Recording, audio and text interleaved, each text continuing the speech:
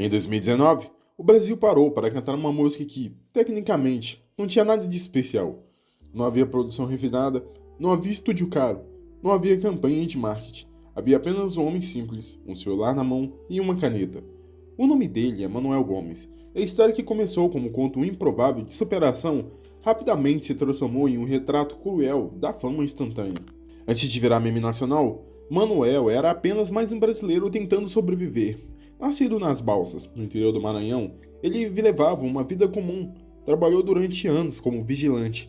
Não era artista de palco, não tinha empresário poderoso e muito menos fazia parte do meio musical. Ele escrevia músicas por paixão, compunha porque acreditava que tinha algo a dizer, mesmo que ninguém estivesse ouvindo. E talvez seja esse o ponto mais doloroso da história. Ele não estava tentando ser engraçado, ele queria apenas ser um cantor de verdade. A música Caneta Azul nasceu de algo simples. Segundo ele próprio contou em entrevistas, a letra foi inspirada em uma situação cotidiana envolvendo a perda de uma caneta azul. É quase gênio, quase infantil, mas era sincero. E essa sinceridade, misturada com uma simplicidade da gravação caseira, fez com que o vídeo começasse a circular nos grupos de WhatsApp. No começo, eram risadas isoladas, depois vieram os compartilhamentos. Em poucos dias, o Brasil inteiro estava cantando Caneta Azul, Azul Caneta. A música virou trilha sonora de memes, paródias, remixagens. Celebridades começaram a comentar e influenciadores reproduziram o vídeo e programas de televisão queriam entrevistá-lo. A internet havia criado mais um fenômeno, mas a internet não cria estruturas, ela cria explosões. E explosões são rápidas, intensas e perigosas. De um dia para o outro, Manuel Gomes saiu da rotina simples do interior para aeroportos, palcos, camarins e entrevistas. Cachês começaram a aparecer, shows começaram a ser vendidos, empresários surgiram oferecendo contratos, promessas e oportunidades. Ele, que nunca havia lidado com grandes quantias de dinheiro, passou a movimentar valores que eram inimagináveis. Durante um período, estimativas apontavam que ele havia acumulado milhões de reais em contratos e apresentações. Era o auge. O homem que cantava sobre uma caneta agora tinha dinheiro, fama e visibilidade nacional. Foi nesse momento que surgiram as negociações com grandes emissoras, entre elas o SBT. Houve sondagens, conversas e possibilidades de participações mais fixas em programas de casa. Para alguém que queria ser artista de verdade, aquilo poderia significar a transição de um meme para a carreira consolidada. Mas a consolidação exige planejamento, e planejamento muitas das vezes não acompanha a velocidade da viralização.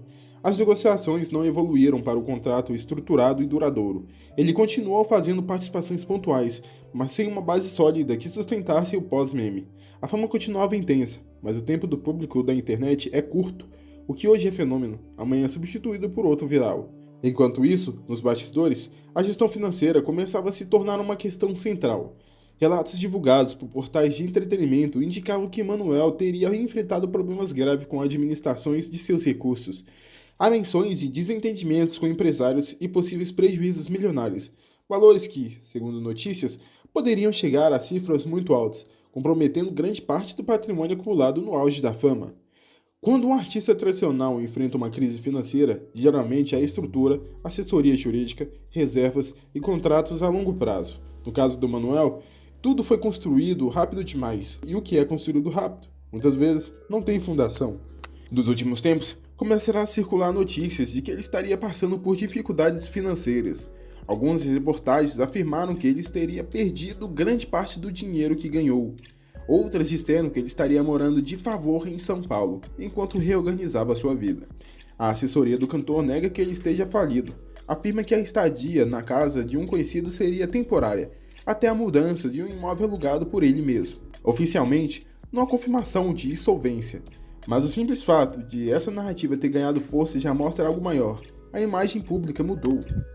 O Brasil, que antes via como um símbolo de sucesso improvável, agora enxerga como exemplo de alerta. E é aqui que a história deixa de ser apenas sobre um cantor. Ela passa a ser sobre o sistema. A internet tem uma lógica cruel. Ela eleva pessoas comuns a níveis inimagináveis de exposição, mas não oferece manual de instruções, não ensina sobre contratos, não explica impostos, não alerta sobre empresários oportunistas, não prepara emocionalmente alguém para ser reconhecido em qualquer lugar do país. A fama instantânea é sedutora, mas também é solitária. Imagine sair de uma rotina anônima para virar alvo constante das câmeras, julgamentos e risadas. Porque enquanto muitos celebravam, Outros consumiam o fenômeno como ironia.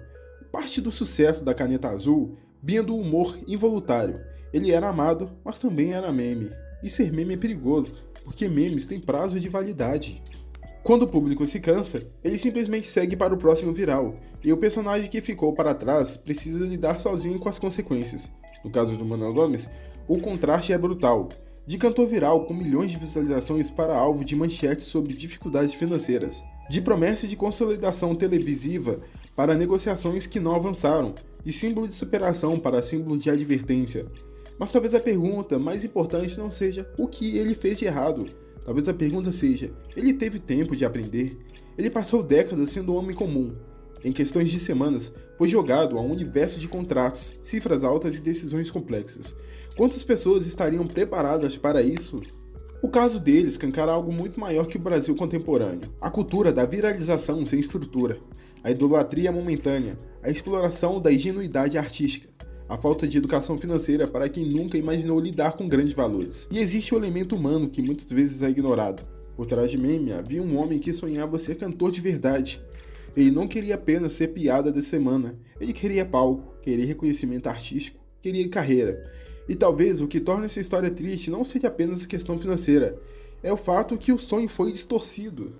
Ele conseguiu o que milhões desejam, fama nacional, mas a forma como isso aconteceu transformou o sonho em algo instável.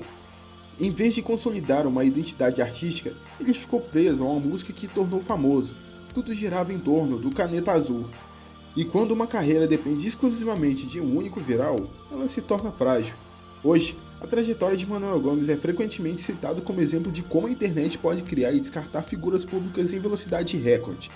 Mas talvez ainda exista um capítulo não escrito, porque histórias de queda também pode ser história de reconstrução.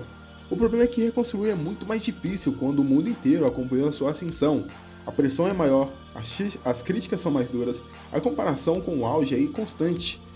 E o silêncio depois do barulho pode ser ensurdecedor. Se existe uma lição nessa história, ela vai além da caneta perdida. Ela fala sobre preparo, sobre gestão, sobre como o sucesso não é apenas chegar no topo, é saber permanecer. Manuel Gomes viveu o sonho brasileiro em versão acelerada. Saiu do interior do Maranhão para se tornar conhecido nacionalmente. Tocou milhões de pessoas, provou que qualquer um pode viralizar. Mas também provou que viralizar não é o mesmo que construir. E no fim das contas, a música continua ecoando na memória coletiva do país. Caneta Azul, Azul Caneta. Uma frase simples que mudou uma vida. E talvez ensine algo sobre como o brilho da fama pode ser intenso, mas também extremamente curto. Agora eu te pergunto, a história dele é uma tragédia pessoal ou um erro de gestão? Ou um reflexo de um sistema que consome pessoas como entretenimento? Porque enquanto a internet cria o próximo fenômeno, alguém está lidando com as consequências do isso.